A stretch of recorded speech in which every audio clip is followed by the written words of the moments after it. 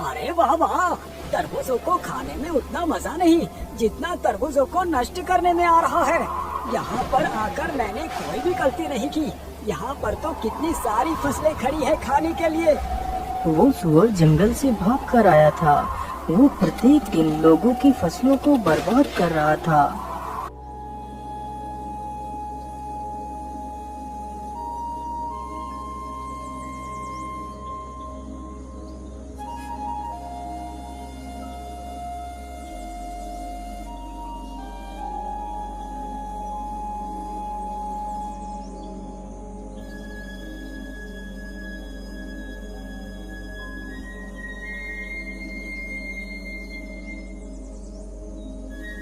हे भगवान, ये क्या हो गया?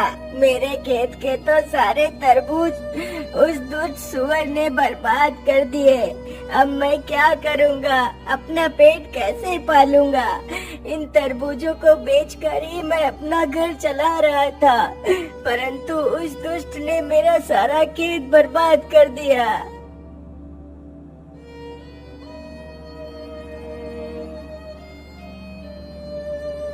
अरे मुन्ना भाया, क्या हुआ?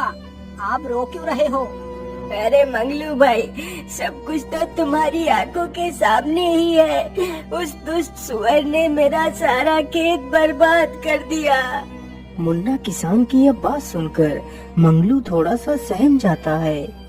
हे भगवान, यदि वो दुष्ट सुअर यहाँ तक आ गया तो कहीं उसने मेरे खेत को भी तो नहीं बर्बाद कर दिया। चलो जल्दी से मैं अपने खेत पर चलकर देखता हूँ।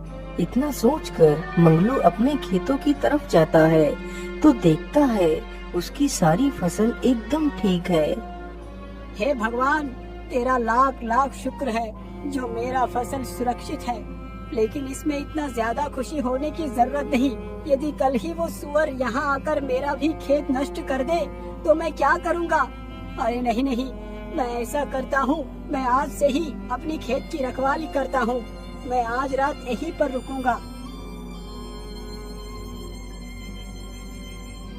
रात होते ही मंगलू एक चारपाई पर बैठकर अपने खेत की रखवाली करने लगता है।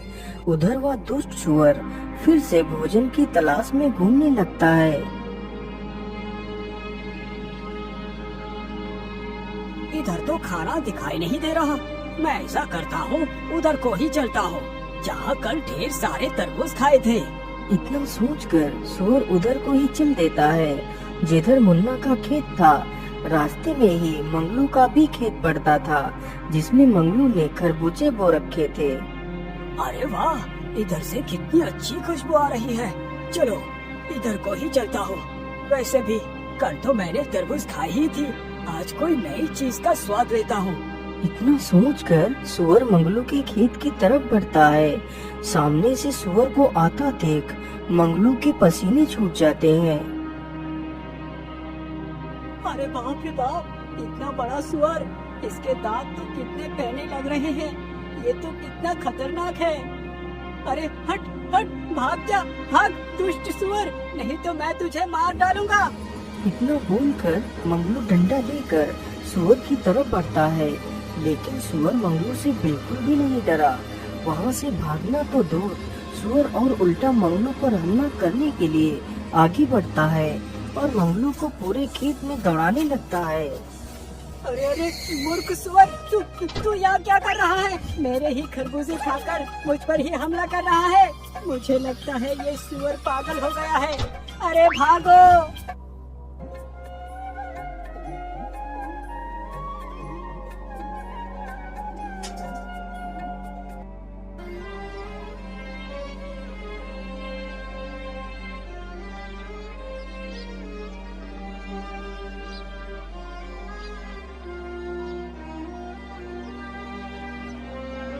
हे भगवान, ये सब क्या हो गया? मेरा सारा खेत उस दुष्ट सुअर ने उजाड़ दिया। अब मैं क्या करूँगा? मैं इस दुष्ट को जिंदा नहीं छोड़ूंगा। अरे मंगलू भाई, उस दुष्ट सुअर का तो आतंक बढ़ता ही जा रहा है। लेकिन मुन्ना भाया, आखिर हम उस दुष्ट जानवर का कर भी क्या सकते हैं? अरे भाई, आप मेरी सलाह मानो तो हमें महाराज के पास चलना चाहिए। वो हमारी मदद जरूर करेंगे। इतना सोचकर मंगलू और मुन्ना तथा गांव के कुछ लोग राजा के महल में पहुंचते हैं। महाराज, हमारी सहायता कीजिए, हमें बचा लीजिए महाराज। अरे आप लोग शांत हो जाइए, बोलिए आप लोगों की क्या तकलीफ है। राजा के पूछने पर गांव के सभी लोग बारी बारी से राजा को उस सुअर के बारे में बताते हैं। आप लोग शांत हो जाइए। मंत्री जी, उस सुअर ने जिस चीज को भी नुकसान किया है उसे 10-10 सोने की मोहरें दे दी जाए और पूरे राज्य में ये घोषणा करवा दो, जो कोई भी उस सुअर को जिंदा या मुर्दा लाकर मुझे देगा तो मैं उसे मुंह मांगा इनाम दूंगा। राजा का आदेश होते ही सैनिक पूरे राज्य में घूम घूम कर घोषणा करने लगते हैं। सुनो सुनो सुनो, हमारे राज्य में एक दुष्ट सुअर घुस आया है। यदि कोई भी इंसान उस सुअर को जिंदा या मुर्दा पकड़कर महाराज के सामने पेश करेगा तो महाराज उसे मुंह मांगा इनाम देंगे। सुअर इतना ज्यादा खतरनाक था कि किसी की भी हिम्मत नहीं हुई कि उसे पकड़ने के लिए जाए और अपनी जान जोखिम में डाले।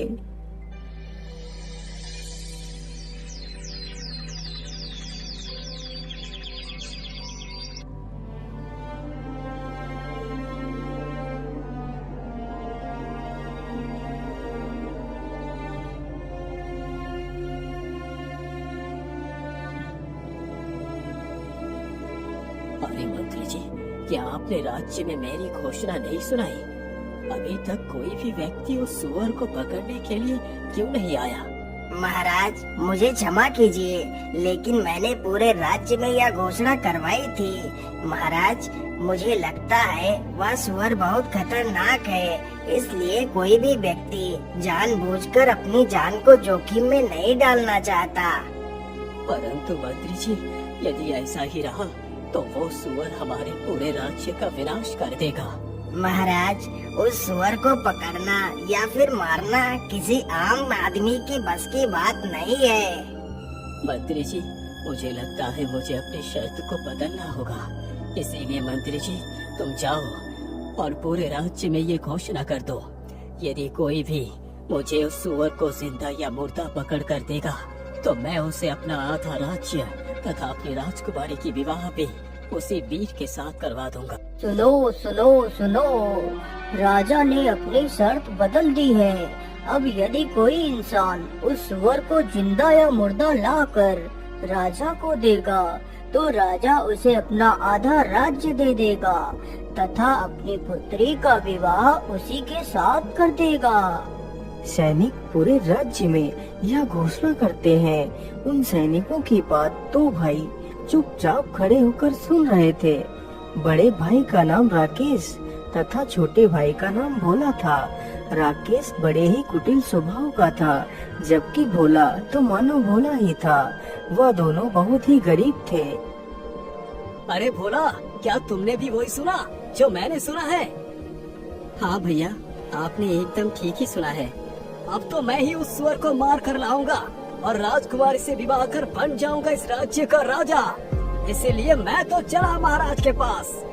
इतना कहकर राकेश वहाँ से चला जाता है और भोला भी अपने घर की तरफ चला जाता है।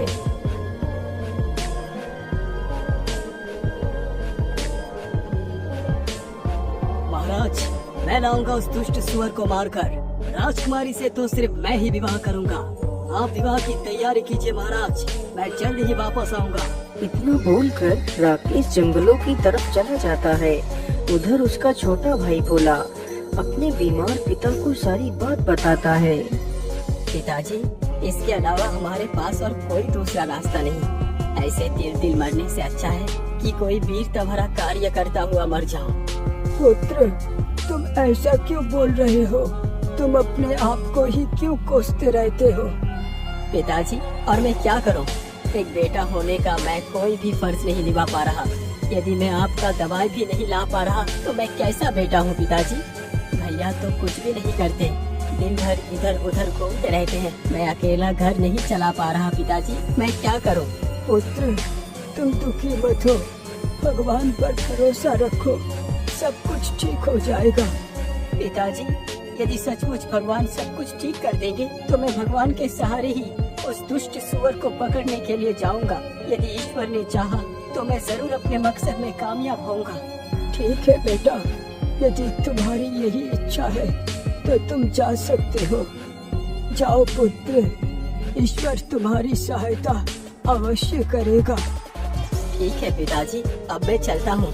इतना बोलकर भोला महल की तरफ चल पड़ता है और जल्दी ही महल में पहुंच जाता है।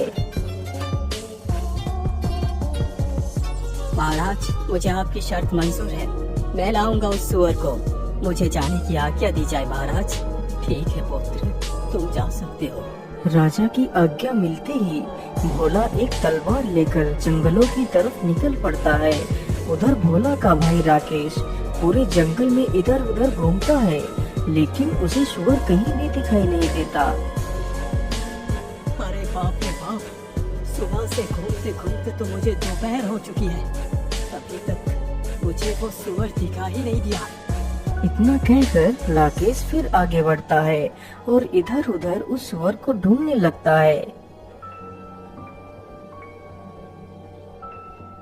अरे राम राम राम, इतनी कड़कती धूप में मुझसे चला नहीं जा रहा। बाहर में जाए वो सुअर, अब तो मैं इससे आगे और नहीं चल सकता। मैं ऐसा करता हूँ, इसी पेड़ के नीचे लेटकर थोड़ा सा आराम कर लेता हूँ।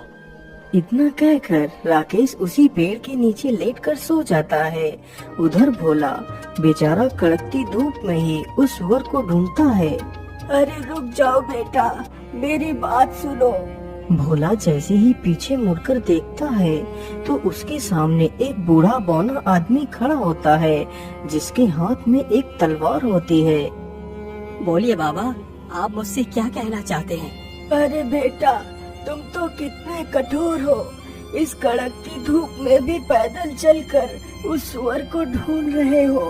वाकई तुम तो कितने परिश्रमी हो, इसलिए मैं तुम्हें कुछ देना चाहता हूँ पुत्र। बोलिए बाबा, आप मुझे क्या देना चाहते हैं? बेटा, तुम मेरी इस तलवार को ले लो। यह तलवार बहुत शक्तिशाली है।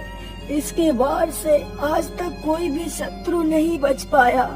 लेकिन बाबा, आप हो कौन और आप ये तलवार मुझे क्यों दे रहे हैं, जबकि आप खुद इस तलवार से उस दुष्ट सुअर को मारकर राजा से बहुत कुछ प्राप्त कर सकते हैं। बेटा, मैं यही पास के गांव में ही रहता हूँ। जब मुझे पता चला कि तुम उस सुअर को मारने के लिए जा रहे हो, तो मैंने सोचा कि क्यों ना मैं इस तलवार को तुम्हें दे दूं, क्योंकि बेटा अब तो मैं बूढ़ा हो चुका हूँ और मैंने अपनी सारी जिंदगी जी ली है, लेकिन अभी तुम्हारी तो सारी जिंदगी पड़ी है जीने के लिए। इसलिए बेटा, मुझसे ज्यादा तुम्हें इस तलवार की जरूरत है, इसलिए तुम इस तलवार को रख लो। ठीक है बाबा, लाइए मुझे अपनी तलवार दे दीजिए। अच्छा बाबा, अब मैं चलता हूँ। इतना कहकर भोला हाथ में तलवार लेकर जंगल में आगे बढ़ता है। भोला चलते चलते एक गुफा के पास पहुँचता है। अरे ये क्या, यहाँ पर तो किसी जानवर के पैर के निशान है। कहीं ये निशान उस सुअर के तो नहीं है? हाँ हाँ, जरूर ये निशान उस सुअर के ही है। चलो मैं इस गुफा के भीतर चलकर देखता हूँ। इतना कहकर भोला गुफा के भीतर घुस जाता है। ये गुफा तो कितनी डरावनी है। आखिर वो सुअर कहाँ पर हो सकता है? अरे इधर से तो किसी की आवाज आ रही है। कहीं इस ओर ही तो वो सुअर नहीं है? इतना कहकर भोला उसी ओर चल पड़ता है जिस ओर से वह आवाज आ रही थी। कुछ दूर चलते ही भोला देखता है कि वह जंगली सुअर कुछ तरबूज और फलों को खा रहा है। अरे दुष्ट सुअर, तो गांव वालों को तकलीफ देकर आराम से यहाँ पर मस्ती कर रहा है। मैं तुझे जिंदा नहीं छोड़ूंगा। इतना कहकर भोला सुअर की तरफ बढ़ता है। सुअर भी इतना खूंखार था कि वह भी भोला पर हमला करने के लिए उसकी तरफ बढ़ता है। सुअर जैसे ही भोला के ऊपर छलांग मारता है, तभी भोला अपनी तलवार को सुअर के सीने में उतार देता है। इस प्रकार वह दुष्ट सुअर भोला के हाथों मारा जाता है। सुअर तो मर गया। चलो अब इसे अपने कंधों पर उठाकर ले चलता हूँ। इतना कहकर भोला उस सुअर को अपने कंधों पर लाद कर चल देता है।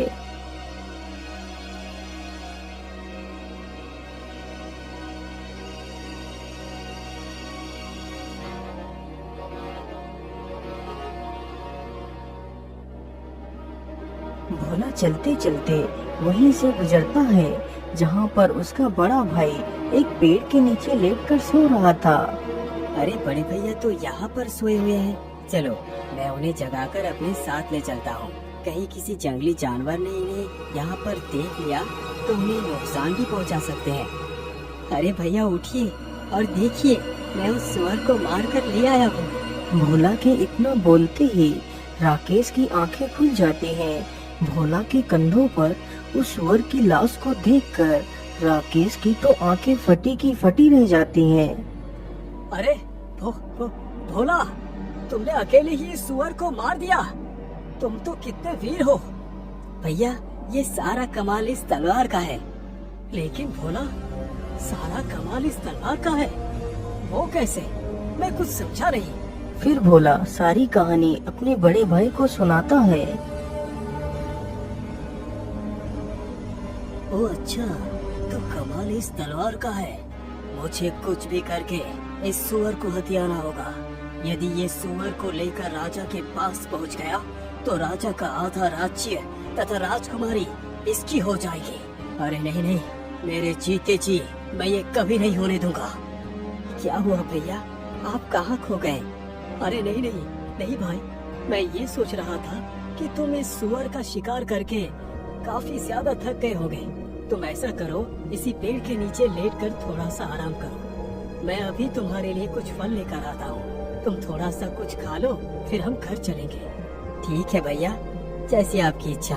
मैं यहीं पर रुक जाता हूँ। इतना सुनकर राकेश जल्दी ही वहाँ से चला जाता है।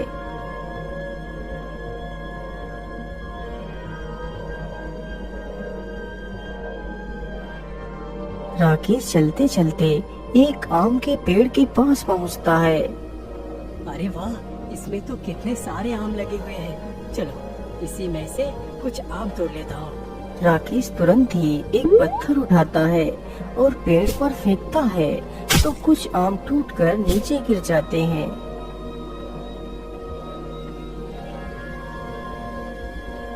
मैं ऐसा करता हूँ, इन आमों के ऊपर इन जहरीले पत्तियों का रस लगा देता हूँ। भोला जैसे ही आम खाएगा तो उसका काम तमाम हो जाएगा।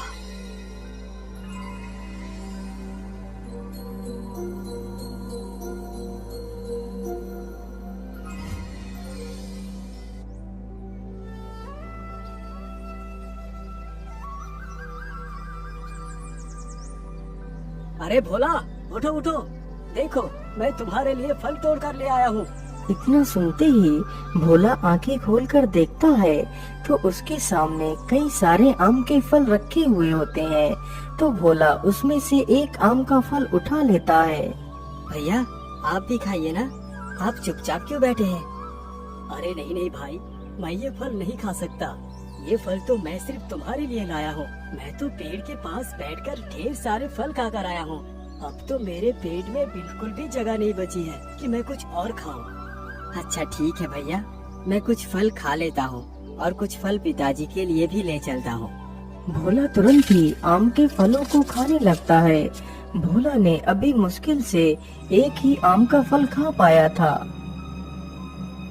अरे भैया, ये कैसा आम था?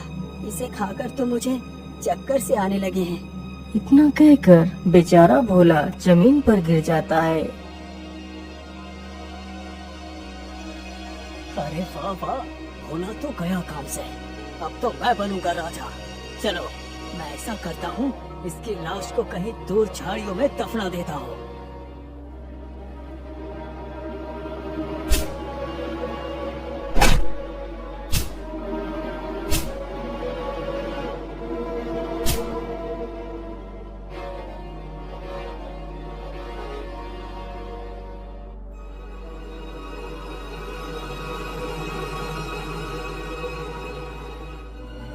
हाँ हाँ, अब तो गड्ढा लगभग खुद के तैयार हो चुका है। चलो अब भोला को उसी गड्ढे में दफना देता हूँ। राकेश तुरंत ही भोला का एक हाथ पकड़कर उसे खींचता हुआ गड्ढे के पास ले जाता है और उसे गड्ढे में गिरा देता है। फिर उसके ऊपर मिट्टी डालने लगता है। कुछ देर में ही राकेश ने भोला को मिट्टी से ढक दिया। राकेश जल्दी ही उस मृत सुअर को अपने कंधे पर रखता है और महल की तरफ चल देता है। राकेश चलते चलते जल्दी ही महल में पहुंच जाता है। राजा राकेश के कंधे पर लदे उस सुअर को देखकर आश्चर्य में पड़ जाता है। आखिर इसके जैसा मूर्ख और घमंडी इंसान मेरा दामाद बनेगा। यदि मैंने अपना राज्य इसके हाथों में सौंप दिया तो मेरे सारे राज्य का विनाश ये खुद ही कर देगा। अब क्या करूं? मैं अपने वचन से पीछे भी नहीं हट सकता। क्या हुआ महाराज, आप किस चिंता में डूब गए? आपने अभी भी विवाह की तैयारी नहीं की? अरे बेटा, मैं तुम्हारा विवाह अपनी पुत्री से अवश्य कराऊंगा, लेकिन अभी नहीं। पंडित जी ने बताया है अभी 7 दिनों तक मुहूर्त अच्छा नहीं है, इसीलिए हम तुम्हारा विवाह और अपना आधा राज्य इन 7 दिनों के बाद ही देंगे। ठीक है महाराज, मुझे इससे कोई भी आपत्ति नहीं। मैं 8वें दिन ही दूल्हा बनकर अपनी राजकुमारी तथा अपने आधे राज्य को लेने आऊंगा। इतना बोलकर राकेश वहाँ से वापस चला जाता है। बेटा राकेश, तुम्हारा भाई भोला अभी भी लौटकर क्यों नहीं आया? वो भी तो सुअर का शिकार करने के लिए गया था। अरे पिताजी, आप मेरा दिमाग क्यों खा रहे हैं? मुझे क्या पता भोला कहाँ गया। आप खुद ही चले जाइए और भोला को ढूंढ कर ले आइए। लेकिन बेटा, तुम तो अच्छी तरह जानते हो कि मैं उठ चल नहीं सकता। बेटा, तुम खुद जाकर देख आओ तुम्हारा भाई कहाँ है। पिताजी, मैं कहीं नहीं जाऊंगा। यदि वो वापस नहीं आया तो इसका मतलब उसे किसी जंगली जानवर ने खा लिया होगा। अरे नहीं नहीं बेटा, तुम ये कैसी बातें कर रहे हो? तुम इतने कठोर मत बनो। ये मत भूलो कि वो तुम्हारा ही भाई है। बेटा, बुरे वक्त में एक भाई ही दूसरे भाई का सहारा बनता है।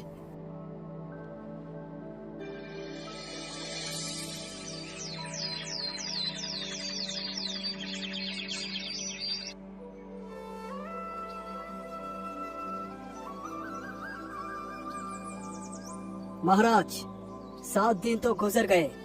आज तो शुभ मुहूर्त है। आप जल्दी से मेरा विवाह राजकुमारी से कर मुझे अपनी आधा संपत्ति दे दीजिए। हे भगवान, क्या मेरी पुत्री का भाग्य इसी दुष्ट के भाग्य से जोड़ दिया है? यदि ऐसी बात है प्रभु, तो मैं खुशी खुशी अपनी पुत्री का विवाह इसी के साथ करने के लिए तैयार हूँ। ठीक है, जरा बैठो। मैं अपने पूरे राज्य में अपनी बेटी के विवाह की घोषणा करवा दूं।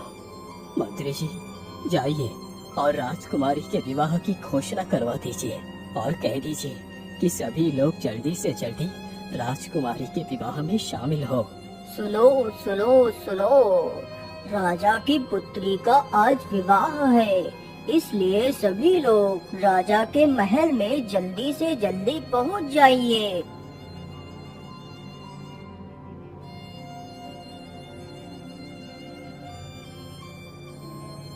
रुक जाइए पंडित जी, ये विवाह नहीं हो सकता।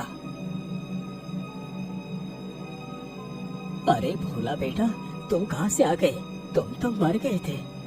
नहीं महाराज, मैं मरा नहीं, लेकिन मुझे मारने की पूरी कोशिश की गई थी। लेकिन भोला, तुम्हें किसने मारने की कोशिश की? बताओ मुझे। महाराज, मुझे मारने वाला कोई और नहीं बल्कि मेरे बड़े भैया ही है। लेकिन भोला, तुम इतने दिनों से थे कहाँ? फिर भोला अपनी सारी कहानी वहाँ पर खड़े सभी लोगों को सुनाने लगता है।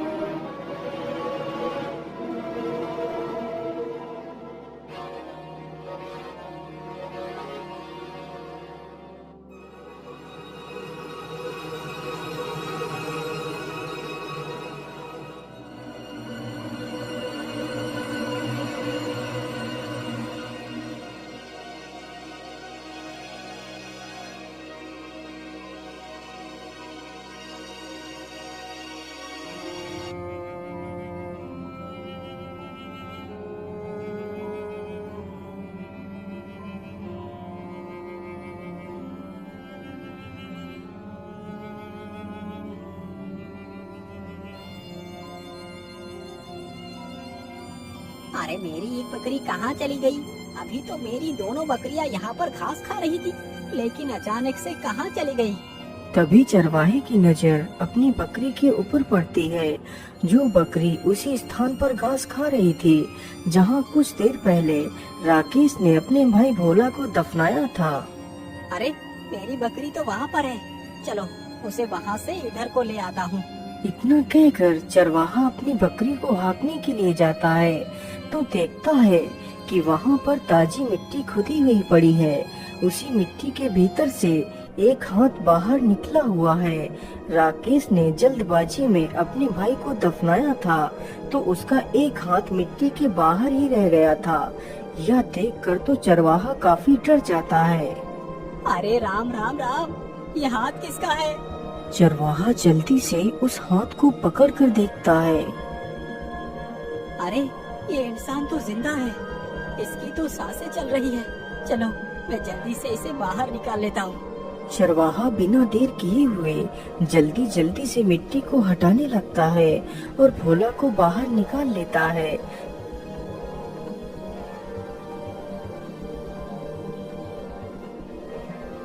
अरे भाग्यवान, तुम जरा इसका ध्यान रखना, मैं अभी वैद्य जी को बुला कर ले आता हूँ। चरवाहा तुरंत ही वैद्य के घर जाता है।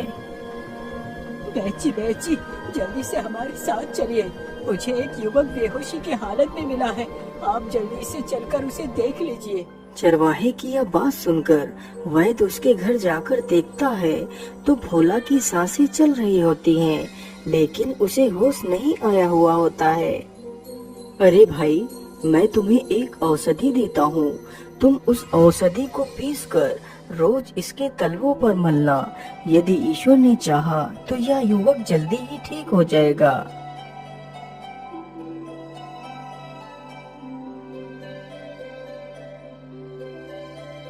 वह चरवाहा प्रत्येक दिन उस औषधि को भोला के तलवों पर मलता रहता है, शायद इसी उम्मीद में कि भोला को होश आ जाए। इसी प्रकार धीरे धीरे 7 दिन गुजर जाते हैं।